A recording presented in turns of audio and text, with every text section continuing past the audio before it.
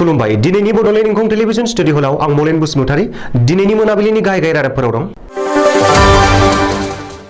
Batadrava police थाना सावग्रा दायनिगिरिफोरनि न'आव बुलडोजार सालायदों। मन्टु बर'खौ इउपिपिएलआ कक्लाबारि उफेरा बिसायख'थिनि बिजाथि महरै फोसावबाय। आसामाव दैबानाजों जिउ गोमानाया 19 सिम बांबाय। मानास हाग्रामाया 30 जुनसिम खुला थागोन। कार्बि आंलं बिसायख'थिनि थाखाय बिजेपिआ 25 बिजाथिनि फारिलाइ फोसावबाय। अरां पुलिसआ जिब जुनारनि सायाव ओनसोलनि रायजो राजाखौ लाना सांग्रांथि मेल खुंदों। रङिया पुलिसआ सासे सुबुंखौ लांखारग्राखौ हमदों। बिजनी नोगोरनि सुन्दरबनाव फनिन बर'आ लामा बानायनो फिथा हास'दों।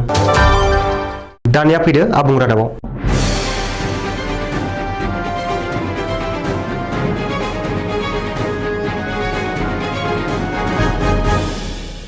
बटद्रवा पुलिसआ थाना सावग्रा दायनिगिरिफोरनि न'आव पुलिसनि बुलडोजार।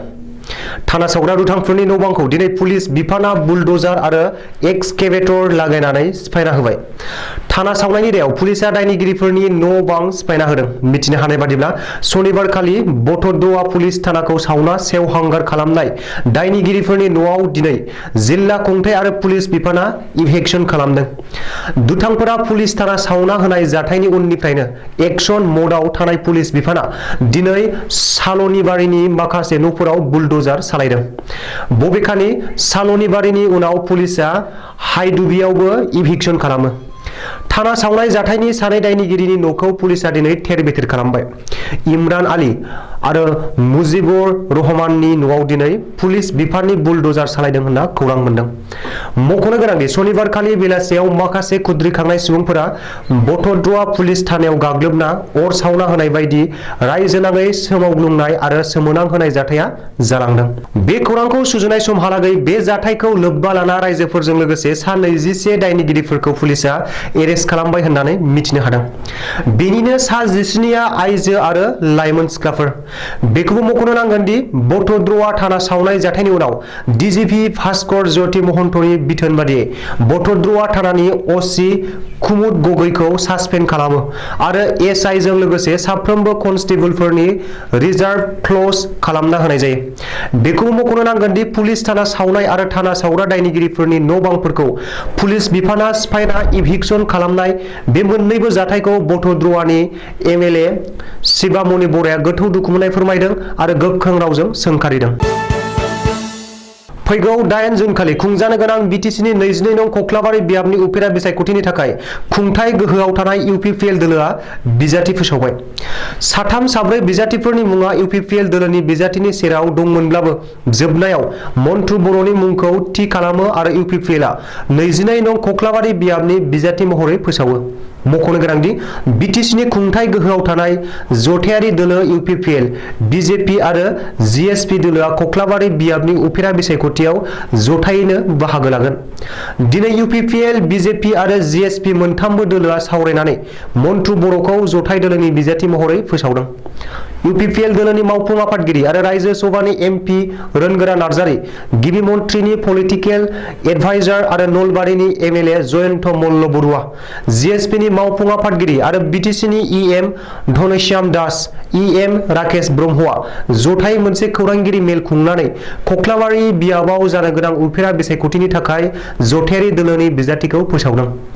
बेजों लोगोसेनो जथायारि दोलोनि बिजाथि मन्टु बर'आ उफेरा बिसायख'थियाव देरहागोना रोखा होननानै जथायारि दोलोनि दैदेनगिरिफोरा दाबि खालामदों आरो मन्टु बर'नो भट होना देरहासार खालामनो थाखाय रायजो राजा भटारफोरखौ खावलायदों। रायजोआव सोलिगासिनो दं गिख्रंथाव दैबानानि उदखार। रायजोनि मोन 32 जिल्लाफोरावनो गिख्रंथाव दैबानानि उदखार। दासिम रायजोनाङै 8 लाखनिबो बांसिन सुबुंफोरा दैबानाजों भुगिनांबाय आरो हालाय हाफाय जानांबाय। मख'नो गोनांदि थांनाय 10 साननि गेजेराव आसामाव गिख्रंथाव दैबानाजों 18 सा सुबुंफोरा जिउ गोमाबाय आरो सासे सुबुङा गोमानानै दं। दैबानाजों गोमाजानाय सुबुंनि बागै बे खौरांखौ सुजुनाय समहालागै जेबो गुमुर मोनाखै। रिपर्ट बादिब्ला दिनैबो रायजोनाङै 2248 गामिफोरा दै सिङाव गोदोनानै दं आरो माखासे ओनसोलाव हा गिसिखानाया जादों। रिपर्ट बादिब्ला 6,80,000निबो बांसिन सुबुंफोरा दैबानानि गाज्रि अलखदाव भुगिनांगासिनो दं। मख'नो गोनांदि रायजोनि 81 सार्कलफोरावनो गिख्रंथाव दैबानानि उदखार सोलिदों। दैबानाजों हालाय हाफाय जानांनाय 1 लाखसो थागिरि सुबुंफोरा दिनैबो गुबुन गुबुन ओनसोलनि मोन 282 रैखाथि बादाफोराव आश्रय लानो गोनां जादों। मानास नेशनेल पार्कआव दावबायग्राफोरनि थाखाय मोनसे मोजां खौरां। मानास नेशनेल पार्कआ फैगौ 30 जुनसिम खुला थासिगोन।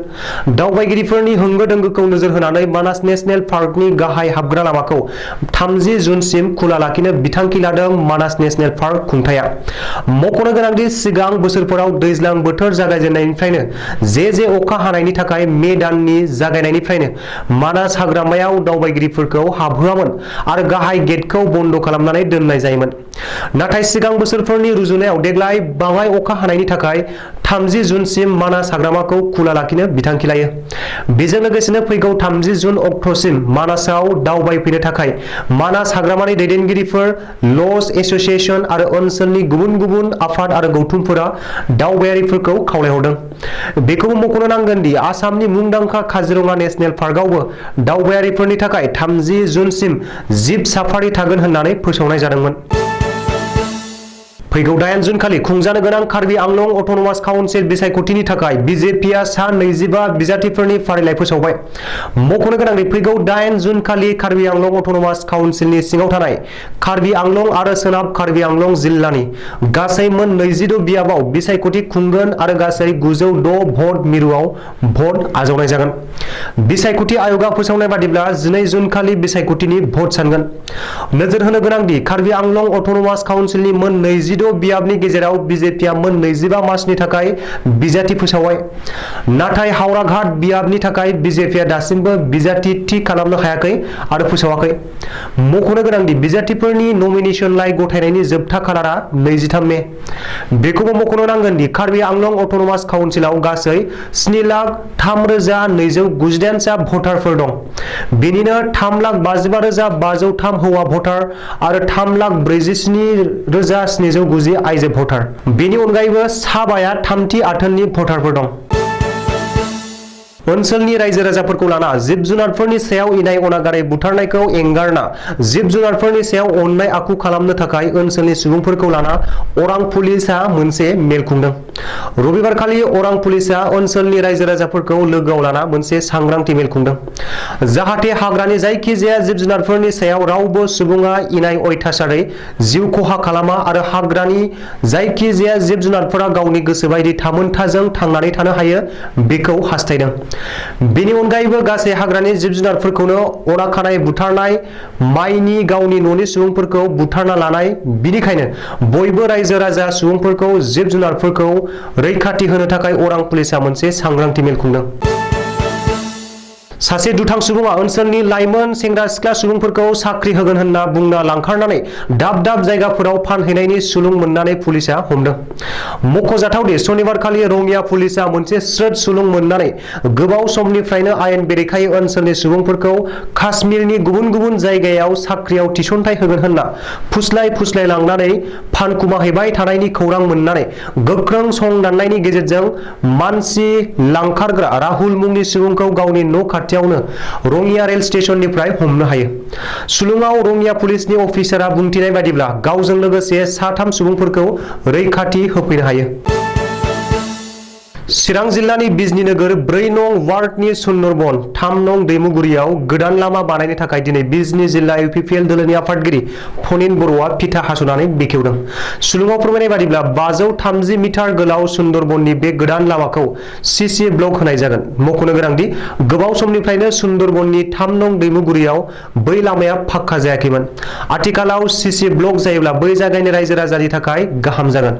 बे बेखेवनाय एबा फिथा हास'नाय हाबाफारियाव बिजनी नोगोर प्राइमारि इउपिपिएलनि आफादगिरि टुटन पाल आरो गाहाय नेहाथारि खन्थाइगोरा ब्रह्ममोनबो दंफायोमोन।